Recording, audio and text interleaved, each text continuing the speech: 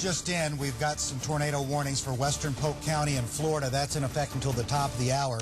That's one ramification of hurricanes, waterspouts and tornadoes. Also western Polk County, as I mentioned, but southern Collier County, mainland Monroe County until 6:15 Eastern Time under a tornado warning as the eye wall and inner rain bands of major Hurricane Wilma begin to lash Florida. We're seeing tornadoes spin up, and so you want to seek shelter immediately. Welcome back. We're in storm alert regarding Hurricane Wilma on the Weather Channel. I'm Bob Stokes. And I'm Jen Carfagna. We're continuing to track Hurricane Wilma right from the scene. And we have Stephanie Abrams, who is live for us this morning in Naples, Florida. Stephanie, you know, you've been getting some of the worst of the weather right now. How are those boats holding up? You're standing right in the marina. Are the boats all staying pretty tied down? Jen, I must admit, these people did a very good job with their boats right now, just rocking back and forth. You can hear them squeak a little bit.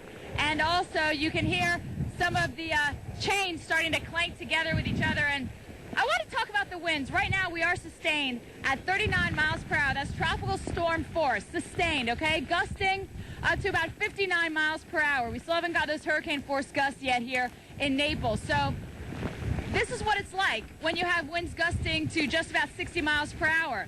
When those winds get even stronger than that, and say we start to hit that 80, 90, 100 degrees, you can't stand in that. So just so you know, when it gets that bad, you have to go inside because you can't stand up. It's like if you stand on top of a car and you have them drive 100 miles per hour, it would be very difficult to stand up. So that gives you a little perspective. Now also, the tornadoes. One of the reasons why we see the tornadoes during these hurricanes is you have to think of the atmosphere like a hamburger. All right, so the surface where we are is the bottom bun, then you have the hamburger, then you say you have the lettuce, it's a tomato, and then the top bun. So what happens is, over the water, the wind is very smooth. It doesn't encounter any land, so it doesn't have any friction. So you have all this wind blowing over the smooth water, the Gulf of Mexico. In the upper levels of the atmosphere, it's just flowing through the air very smoothly.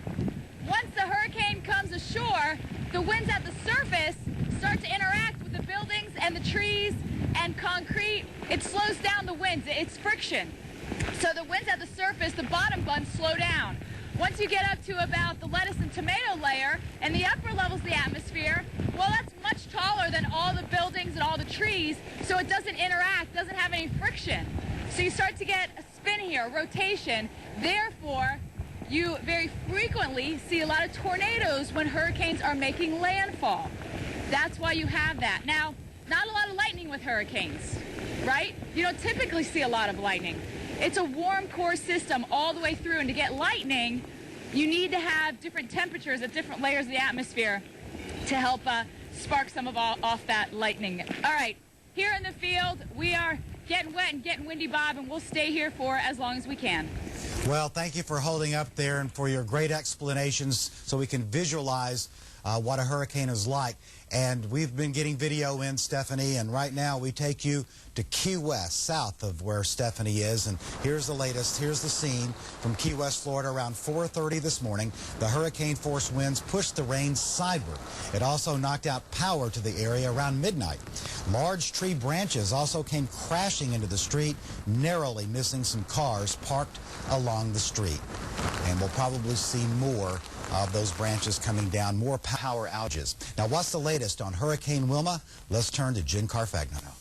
Well, the latest is that the winds have increased to 125 miles per hour. So as Wilma continues to track towards making landfall here on the southwestern Florida coast, it is increasing in intensity. Winds up to 125 miles an hour. We're getting advisories every hour now from the National Hurricane Center.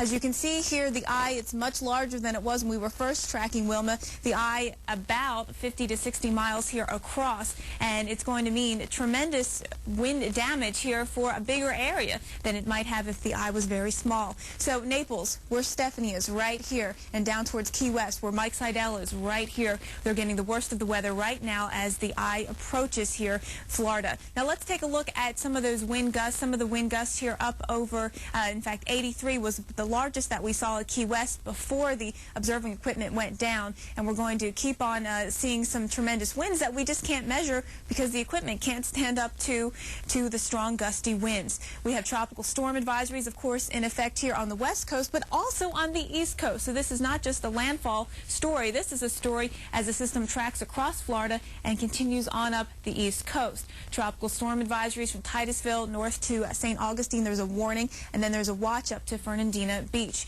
In terms of hurricane advisories, there is a warning from Titusville southward, and we will feel hurricane conditions, hurricane force winds over 74 miles per hour here on the east coast of Florida. We are already getting some tremendous rain this morning here, and we're getting the potential for tornadoes. We've had tornado warnings in effect. Brevard County, Cocoa Beach, one place that has been under the gun for the potential of tornadoes this morning. So keeping tabs on this possible severe weather possible in Florida throughout the day today. And then watching the track as it continues not just to affect Florida, but also affects the east coast as Wilma quickly moves over the Florida Peninsula. We will see tremendous wind and rain, some coastal flooding, some coastal potential erosion here as well as Wilma heads up the coast. More continuing coverage here on Wilma. Right now we'll go to Bob for the latest.